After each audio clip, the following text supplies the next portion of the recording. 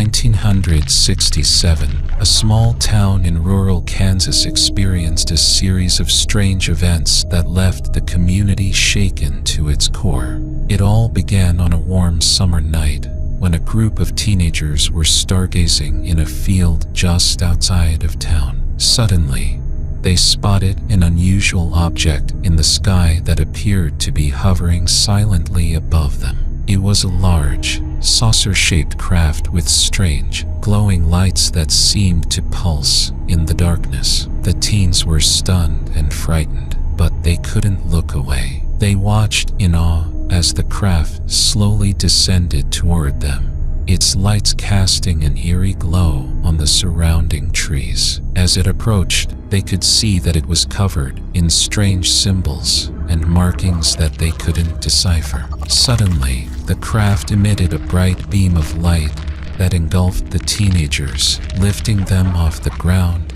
and into the ship. Inside, they were subjected to a series of terrifying experiments that left them traumatized for years to come.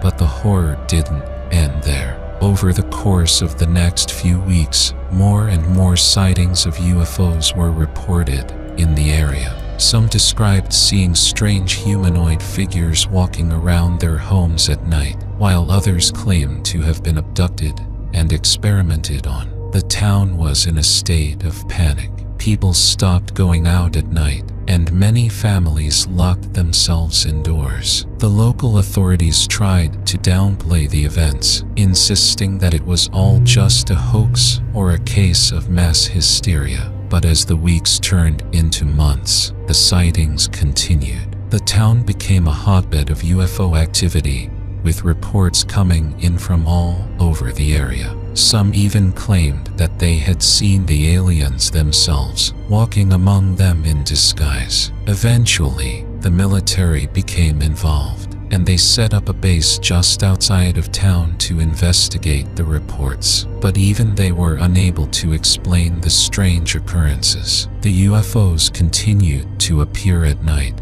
and the abductions continued. To this day, the residents of that small Kansas town still talk about the summer of 1967 and the strange and terrifying events that took place there. Some say that the UFOs still visit the area from time to time, searching for new victims to experiment on. Whether it was a true extraterrestrial encounter or simply a case of overactive imaginations, the events of that summer will forever be etched in the minds of those who experienced them.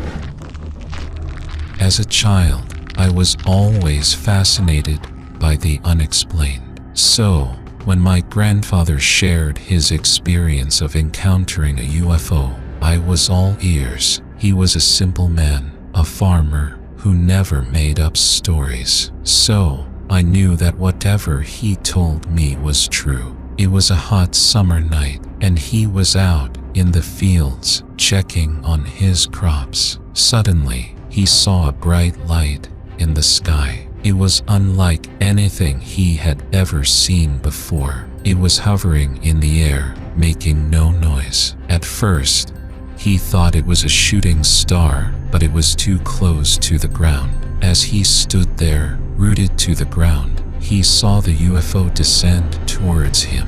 The bright light was blinding, and he had to shield his eyes. Then, he heard a strange sound, like a low humming noise. He felt a chill run down his spine as he realized that he was not alone. He saw strange beings emerge from the UFO. They were humanoid, but not human. They had large heads and dark eyes, and their skin was pale and translucent. He tried to run, but his feet wouldn't move. He was frozen in place, unable to look away. The beings surrounded him, and he felt a sharp pain in his head. It was like they were probing his mind, trying to understand his thoughts. He felt violated, as if his privacy had been invaded. He wanted to scream, but his voice was caught in his throat. Then, as suddenly as they had appeared, the beings disappeared. The UFO shot up into the sky leaving my grandfather standing in the middle of the field, dazed and confused. He never spoke of the incident again, but it changed him. He became withdrawn and paranoid, always looking over his shoulder as if he were being watched. He died a few years later, and I always wondered if his encounter with the UFO had something to do with his sudden decline. To this day, I still look up at the sky, wondering if there is life out there and if they are watching us. And sometimes, on a quiet night, I swear I can hear that low humming noise, like a warning from the beyond. There are some stories that you hear that stick with you, no matter how much time has passed. This is one of those stories. It's a story about a man who claimed to have had a horrifying encounter with a UFO. The man's name was Jack, and he was a farmer who lived in a small town in the Midwest. One summer evening, as Jack was finishing up his work in the fields, he saw something in the sky that he couldn't explain. At first, he thought it was just a plane or a helicopter, but as it got closer, he realized that it was something entirely different. The object was round and glowing, and it seemed to be hovering above the trees. As Jack watched in terror, a beam of light shot out from the UFO and engulfed him. He felt a sensation that he described as being like nothing he had ever felt before. It was as if every cell in his body was vibrating at a different frequency. He felt like he was being pulled apart and put back together again. After what felt like hours, but was probably only a few minutes, the light vanished, and the UFO shot off into the distance. Jack was left standing in the field, shaken and confused. He ran back to his house and told his wife what had happened, but she didn't believe him. She thought that he was just tired and seeing things, but Jack knew what he had seen, and he knew what had happened to him. He spent the rest of his life trying to convince people that UFOs were real and that they were a threat to humanity. He wrote books and gave lectures, but he was always met with skepticism and ridicule. Years after Jack's encounter, the town where he lived became a hotspot for UFO sightings. People would come from all over the country to see the strange lights in the sky. But for Jack, it was too late.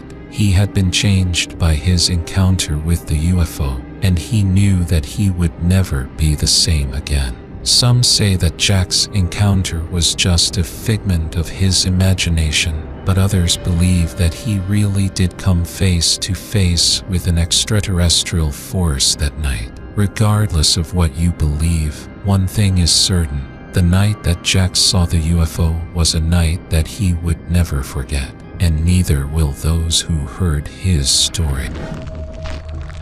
Growing up in a small town in rural America, I always heard stories about strange lights in the sky and mysterious objects hovering over the fields. Most people dismissed them as myths or tall tales, but there was always a sense of unease whenever the topic of UFOs came up. It wasn't until I was in my 20s that I had my own encounter with the unknown. I was driving home late one night, and as I turned onto the dirt road that led to my house, I saw something that made my blood run cold. Hovering in the sky was a massive, glowing craft that looked like nothing I had ever seen before. It was shaped like a disc, with pulsating lights of red and green that seemed to dance around its edges. I could hear a low humming sound emanating from the object, and I felt a sense of dread wash over me. For what felt like an eternity, I sat frozen in my car, watching as the UFO slowly descended towards the ground. When it finally touched down, I could see figures moving around inside the craft, silhouetted against the eerie glow. That's when I knew I had to get out of there. I slammed my foot down on the gas pedal and sped away as fast as I could. As I looked back in my rearview mirror, I saw the UFO rise back up into the sky, disappearing into the darkness. The next day, I went to the local sheriff's office to report what I had seen.